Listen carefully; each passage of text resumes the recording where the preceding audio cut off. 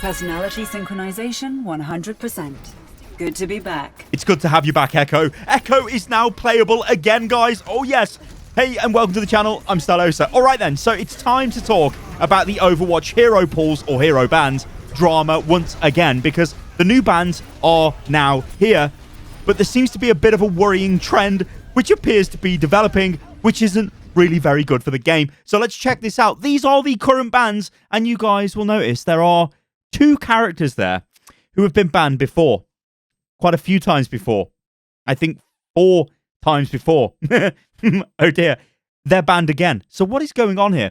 Well, let's take a look at last week's bans. It was Echo, Tracer, Orisa, and Moira. Now, of course, these are based on playtime from high ladder and a bit of Overwatch League thrown in, but basically, it's what people are doing on the competitive ladder. And there was a lot of Echo because Echo was the new hero, so she had a very high chance of being removed, and she got removed. Let's go to the week before Echo. Notice those 2 DPS.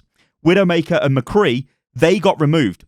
Then Echo launches, Echo gets removed. And then, well, Widowmaker and McCree get played, they get removed.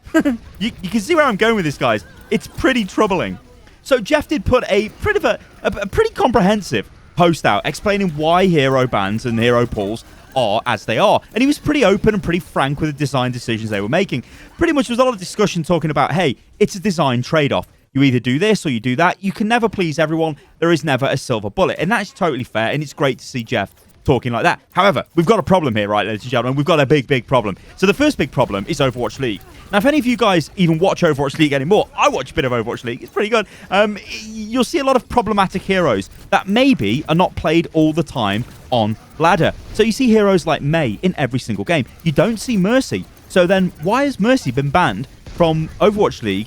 Because, okay, she's getting a lot of playtime on ladder, but not really in Overwatch League. So they have their own, like, little independent metas that form. And the super high-level meta, at the end of the day, we don't care about that, whatever the hell's going on there. So why is that tied into competitive? Well, here's the thing, right? It's good, and I think this is a really good move that Overwatch League mirrors what is happening in competitive. Because I think that is better as a player of the game because you get to relate more to what's going on at the highest level of the game. And I think that's totally fine. The problem is, the pros are existing in their own little meta because none of their heroes that they're using are actually getting removed because that's not what we're playing on the ladder. Now, this is inflamed by issues like Echo, brand new hero coming out. Everybody's going to play Echo, so she's going to have a really high chance of being removed, and then she gets removed from the game. A lot of people have been asking, just remove Mei. Get rid of Mei. Now, here's the thing, right?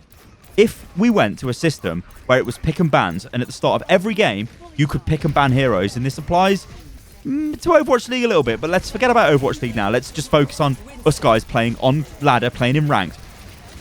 The same heroes will be banned all of the time. In fact, I would go out there and say 80, 90% of the time, it would be the same heroes. What heroes would you ban?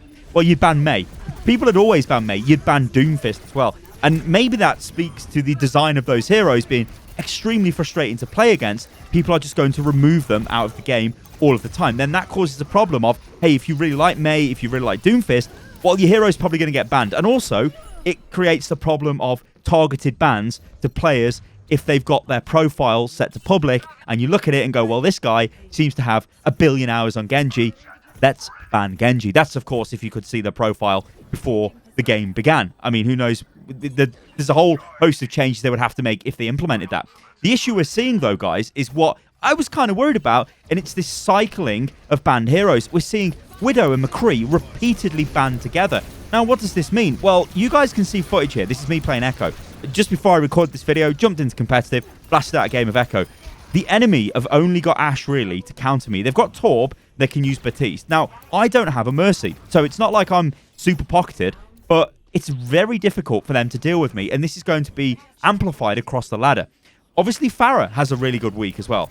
Although Pharah isn't too great against Echo. In fact, the game before this, I was playing against the Pharah, and you just dominate Pharah air-to-air because she doesn't have her pocket, and you can just blast her with your beam, and it does tons of damage to her, and then you basically kill her. But the big thing here is, guys, these cycles of hero bans. Are we going to go into a world where next week it's Echo banned because everyone's playing Echo this week because, well, there's not many counters to Echo available. And then the week after that, we get Widow and McCree banned again because they, like... It's really weird, and I think they've got to look at this, and they've got to really start addressing the way hero bans are sort of done in the game. Another thing which has kind of gone a bit bad is DPS queue times have shot way up again.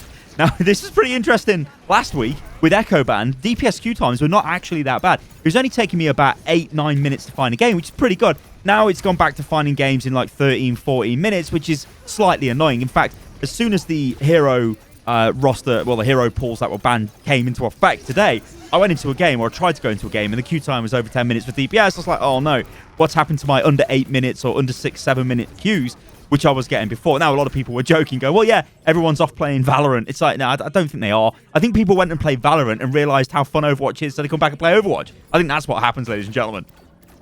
So we need to have this discussion, guys, as a community. How do you think hero pools should be implemented? I think they are actually pretty good from a spectator's point of view at Overwatch League level, but I think they cause a ton of extra work for Overwatch League teams. The way they're doing the bans at the moment is a little bit...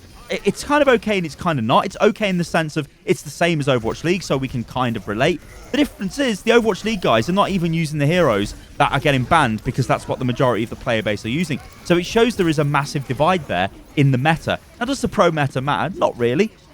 So what should happen? This is the big question. Should we just let the pros do pick and ban? Leave the ladder ban system how it is and just ban most played heroes in and out every week? That's fine. But Overwatch League, should that be its own independent system where it's looking at a case of, hey, this team is going to ban these heroes, then we've got this kind of little ban meta cropping in? I think that would be really cool to watch.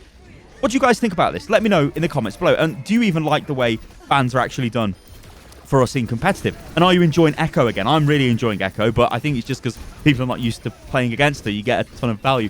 Anyway, guys, I hope you enjoyed the video. If you did, I'll make more, as I always do. I'll catch you on the next one. Toodaloo.